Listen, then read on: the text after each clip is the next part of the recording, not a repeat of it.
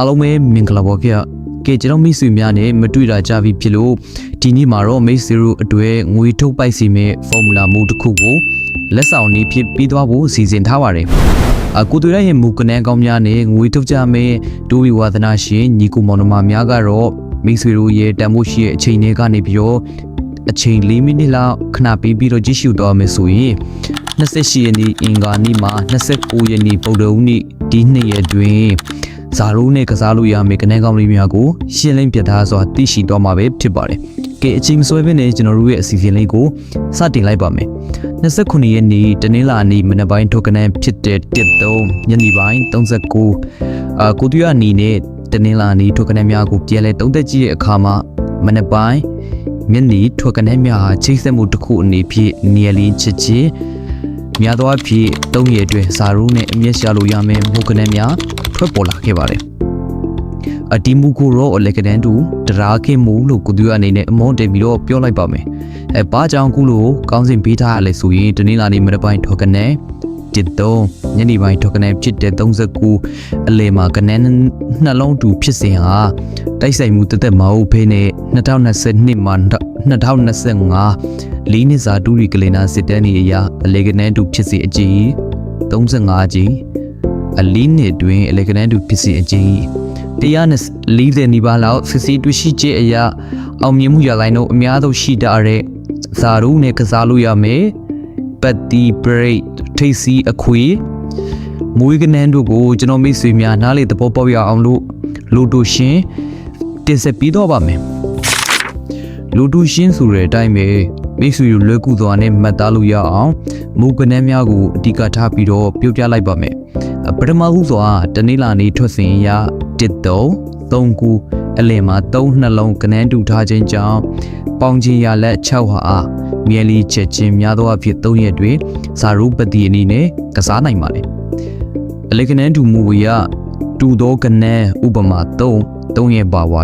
8 3ရဲ့နှက်ခတ်9ရဲ့ပါဝါ3ည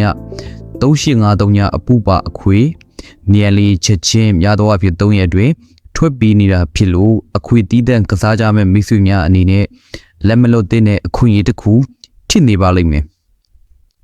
ဇာရိုးထိပ်စီယူလီတူသောကနန်းပေါင်းကြီးရလက်6ရဲ့ပါဝါ6ထိပ်စီမိန်တင်ထိပ်စီယူနီကတော့ပေါင်းကြီးရလက်6ထိပ်စီမိန်တင်ကစားနိုင်ပါလေ။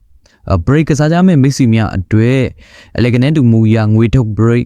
ထုံနီကိုဆက်လက်ပြီးတော့လူတူရှင်တင်ဆက်ပြီးတော့ပါမယ်။တူသောကနန်း3ထက်ကြီးသောစီနီယာကနန်း4ရဲ့ပါဝါကနန်းဖြစ်တဲ့9 break စီနီယာကနန်းဖြစ်တဲ့4 break maintain ပြီးတော့ထိုးနိုင်ပါတယ်။အောင်ဆုံးမှာတော့မူကနန်းစောင့်မျှော်နေကြတဲ့မိတ်ဆွေများခမညာအလက်ကနန်းတူဖြစ်တိုင်းကိုသူရမူအတိုင်းပဲမွေးကနန်းထုတ်ပြီးတော့စာရူမွေးထိုးနိုင်ပါတယ်ကတူသောကနန်းပေါင်းခြင်းရလက်6ဒီ6ကိုမူလာကနန်း3ထက်ကြီးတော့စီနီယာကနန်း6လုံး4 5 6ခွန်8 9နဲ့ကပ်ပြီးတော့မူကနန်းထုတ်ပါ6 4 6 5 6ဘူး6ခွန်68 62မှာ9မူကနန်းများမွေးထုတ်နိုင်ပါတယ်ကကူးတစ်ဆက်ပြလိုက်တဲ့လေကနန်းတူမူအရာ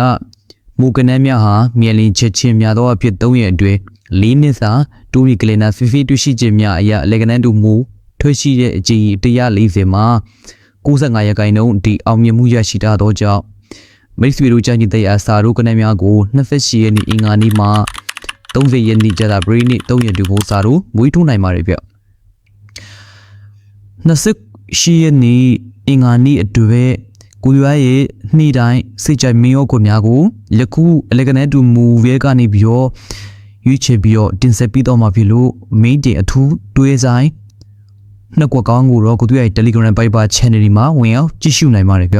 Telegram Channel link Viber Channel link ကိုလည်းကိုသူကဒီပို့အောက်မှာလေးချပေးခဲ့ပါမယ်ဗျအဲ့တော့မင်းရောကွက်များကိုလာရောက်ကြည့်ရှုဖို့အတွက်ဖိတ်ခေါ်လိုက်ပါတယ်နောက်ဆုံးတစ်ခုမြင်နေကိုသူကရှိမှာကနန်းတီကောစားကော်မရှင်သားအနေနဲ့ကနန်းတင်ကြမဲ့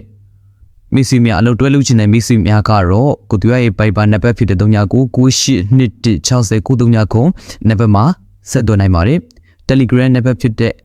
@thuyya 9821နံပါတ်မှာဆက်သွယ်နိုင်ပါတယ်ကြကိုသူရဲ့ channel ကို subscribe မလုပ်ရသေးဘူးဆိုရင် subscribe လေးလုပ်ခဲ့ပါ like လေးမလေးနှိပ်ခဲ့ပါဗျ comment မှာအပိစကားလေးတွေဝင်ပြီးတော့ရေးသွားပြီးခဲ့ပါဗျနောက်ထပ် formula PU တွေနဲ့တူကျွန်တော်တို့ပြန်ပြီးတော့တွေ့ကြပါမယ်ဗျအားလုံးပဲခွတ်လက်ပါ